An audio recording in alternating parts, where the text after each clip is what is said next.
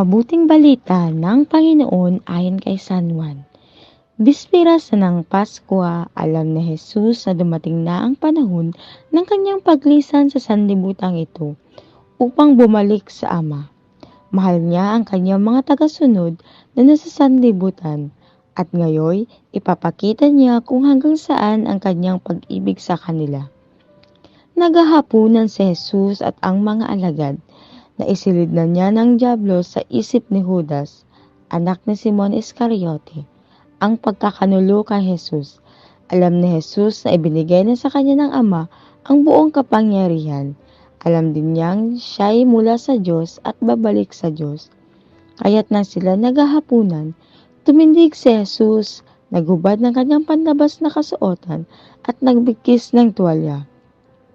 Pagkatapos, nagbuhos siya ng tubig sa palanggana at sinimulang hugasan ang paa ng mga alagad at punasan ng tuwalyang nakabigkis sa kanya.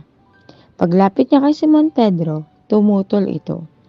Panginoon, sabi niya, di yata't kayo pa ang maghuhugas ng aking mga paa.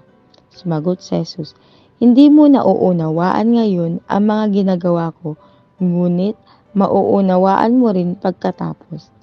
Sinabi sa kanya ni Pedro, hindi ko po pahuhugasan sa inyong aking mga paa. Kung hindi kita huhugasan, wala kang kaugnayan sa akin, tugon ni Jesus.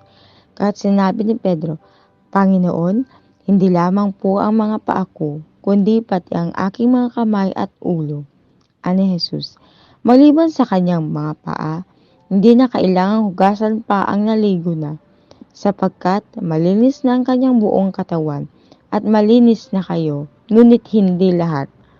Sapagkat alam ni Jesus kung sino ang magkakanulo sa kanya, kaya sinasabi niyang malinis na sila, ngunit hindi lahat.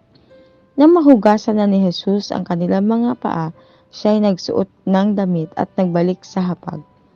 Nauunawaan ba ninyo kung ano ang ginagawa ko sa inyo? Tanong niya sa kanila. Tinatawag ninyo akong guro at Panginoon, at tama kayo, sapagkat ako nga. Kung akong Panginoon ninyo at guro ay naghugas ng inyong mga paa, dapat din kayong maghugasan ng paa. Binigyan ko kayo ng halimbawa at ito'y dapat ninyong tularan. Ang mabuting balita ng Panginoon.